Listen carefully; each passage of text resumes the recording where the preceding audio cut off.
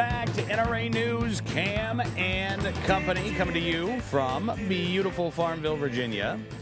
And tomorrow is primary day in the state of Virginia. We have off-year elections this year, and one of the big races is in the 12th district, where it's an open seat. We had a retirement, and joining us on the program right now, candidate for that state Senate seat in Virginia, Bill Janis, is with us. How are you, sir? Hey, great, Cam. Thanks for having me on. Doing well. It is my We're pleasure. Down the stretch. Yeah, I was going to say, tell me about how the campaign has gone so far. Well, like most campaigns, the harder I work, the better it's gone. But, it's going to be an off-year election. Voter turnout could be very, very low. We're not taking any vote for granted. We're not taking any voter for granted. So we've had volunteers knocking doors and making phone calls and attending events and trying to meet the voters where they are and ask them to get out and vote, because in our system of government, the people are sovereign and they get the government that they deserve. And if you want to have your voice heard and you want to be part of that self-governance, you have to make your voice heard on Election Day tomorrow, Tuesday, June the 9th. The National Rifle Association's Political Victory Fund has endorsed you in this primary. What does that mean to you, sir? Oh, it was a huge endorsement, and it means a lot to the voters in Western Hanover County and Western Henrico County that live in the Senate 12th District. I'm a life member of the NRA. I've been a member of the Virginia Shooting Sports Association for over 15 years, and I formerly served in the State House of Delegates and worked on a very close basis with the National Rifle Association and its members in my old district. And I can tell you, people in my district, it's a rural to suburban district, and they are very concerned about what this governor is got on the agenda for the Second Amendment here in Virginia. And this election, having the endorsement of the NRA and having the NRA vouch for me as someone who's going to strongly oppose and fight against the anti-gun extremists like Mike Bloomberg and Governor Terry McAuliffe here in Virginia, has been a big boost to our campaign. You served in the House of Delegates for 10 years, and do I understand you, in tomorrow's primary, you are the only candidate who has legislative experience? I'm the only candidate that's previously served in the state legislature, the only candidate that has any previous elected experience, and I think that is another, it's a Republican primary. Lots of candidates will tell you that they're pro-Second Amendment. Lots of candidates will tell you that they're for limited government, for lower taxes, for less spending. The difference is, as Benjamin Franklin said, well done is better than well said. And in my case, you don't have to rely on my promises for what I will do if you elect me to be your next senator for the 12th. I've got a 10-year track record with over 30,000 recorded votes, especially on the Second Amendment. I was a champion for the Second Amendment, and the voters don't have to take my word for it. They can look at the record. Let's talk about, what was it, I guess 11 years ago now, and Virginia is taking the first steps to get rid of the one-gun-a-month law that had been put in place in the late 1990s. That was a big fight, I know, in the state legislature, and you led the way in terms of starting to roll back that law.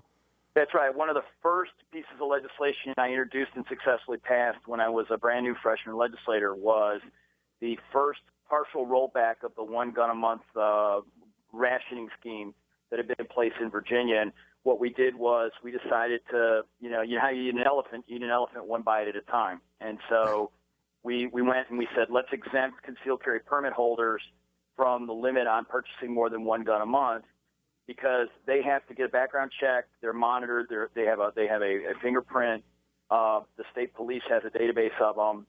These folks are very reliable. The crime rate and the gun crime rate with concealed carry permit holders in Virginia is virtually non-existent. So, that was our first sort of attempt to roll back the one gun a month statute. And once that law passed, it was the first repeal of a one gun a month statute anywhere in the United States, and it began the inevitable process of taking that law off the books. So we don't have the one gun a month law anymore in Virginia. And it has to be noted, by the way, that our violent crime rate kept going down after one gun a month came off the books. Absolutely. The anti-gun extremists in the legislature will tell you, you can't purchase more than one gun a month. You can't have concealed carry in restaurants. You can't you must have background checks for casual transfer of firearms between friends and family. And if you don't go along with their gun rationing schemes or their gun control plans, they'll tell you that Virginia is going to become the Wild West, it's simply not true. At a time when Virginians in the General Assembly, Republicans and pro-Second Amendment legislators have been pushing to make it easier for Virginians, law-abiding Virginians, to keep and bear arms, to exercise their Second Amendment rights, the crime rate in Virginia has gone down, and it's gone down at a greater rate than it has nationally. And the violent crime rate and the gun crime rate have also declined. I think an armed society is a polite society generally, and it's also a safe and law-abiding society. You know, Virginia has such an amazing success story when it comes to our decline in the violent crime rate, and it's one that I don't think is highlighted. I mean, homicide rate is lower than it's been since perhaps ever in the state right now. Violent crime, the lowest that it has been since going back to the 1960s, early 1960s. And again, this has been done at a time in which gun sales, NICS checks have doubled over the last 5 years or so. The number of right-to-carry holders has increased. We've had things like the rollback of one gun a month. We've had the advances in right-to-carry, including restaurant carry. And every one of these advances, I think, is just a refutation of the anti-gun rhetoric that more guns equals more crime. Well, and that's right. But I will also say this. One of the reasons I'm motivated to get back into the fight and get back into elected office is this governor, Terry McAuliffe. We did a lot of great work over the 10 years I was there from 2002 to 2012, and we really moved the needle on expanding the rights of law-abiding Virginians. In 2006, after Hurricane Katrina, when we saw, the authorities in New Orleans going door to door and confiscating firearms from law-abiding folks, I introduced legislation and we passed it that told the governor of Virginia that you cannot do this. You can't take guns against law-abiding, away from law-abiding Virginians just because of an emergency or a disaster. At a time when, we really need to look at our Second Amendment rights. We're one governor in Virginia away from undoing all that great work we did over the course of the last 15 years. Terry McAuliffe received millions of dollars of assistance from Mike Bloomberg to get him elected governor here 2 years ago, and he has been very aggressively pushing an agenda that says we're going to reinstate the one gun a month law. We're going to close the so-called gun show loophole. Right? We're going to go back to we're going to systematically repeal all the good pro-Second Amendment legislation that the pro-Second Amendment legislators like myself and others have pushed for over the last 15 years. So one of the things that's motivating me to get back in to the General Assembly is to fight against Governor Terry McAuliffe and Mike Bloomberg's sort of anti-gun agenda. Talking with Bill Janis, who is running for the 12th District in the State Senate in Virginia. Primary day is tomorrow. And, I think you describe, again, the agenda of the governor quite well. Michael Bloomberg certainly took a lot of credit for Terry McAuliffe getting elected. And I think we could, probably break down the gubernatorial election. I'm not quite sure that Bloomberg made the difference there. And I have to say, Bill, we haven't seen a huge clamoring for more gun control laws from the citizens of Virginia. That outcry seems to be coming again from out of state, much like I think you go back to one gun a month. I mean, I know that we had Douglas Wilder supporting one gun a month, but a lot of the pressure for one gun a month was coming from outside of the state. Virginians, generally speaking, we like our Second Amendment rights.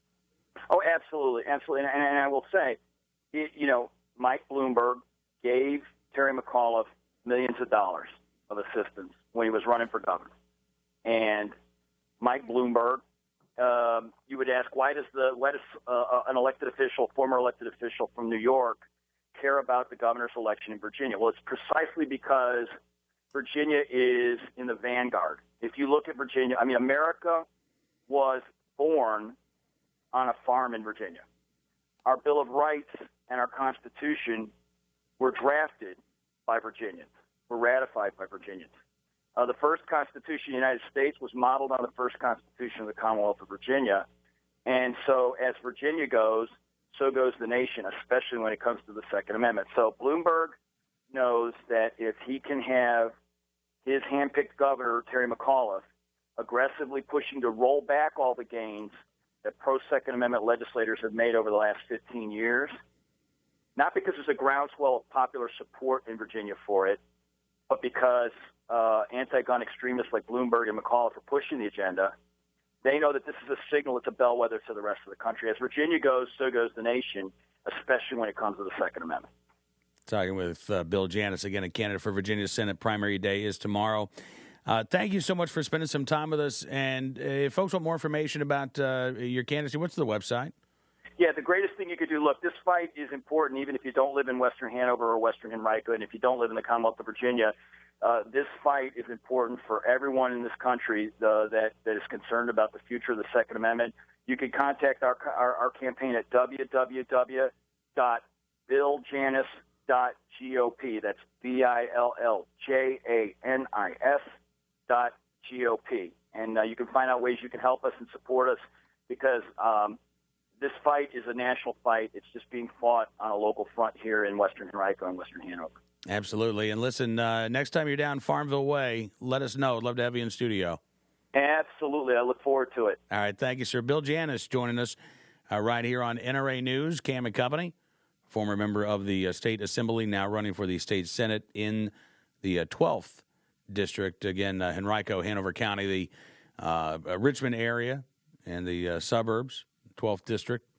Primary day, again, is tomorrow in the state of Virginia, so don't forget to vote.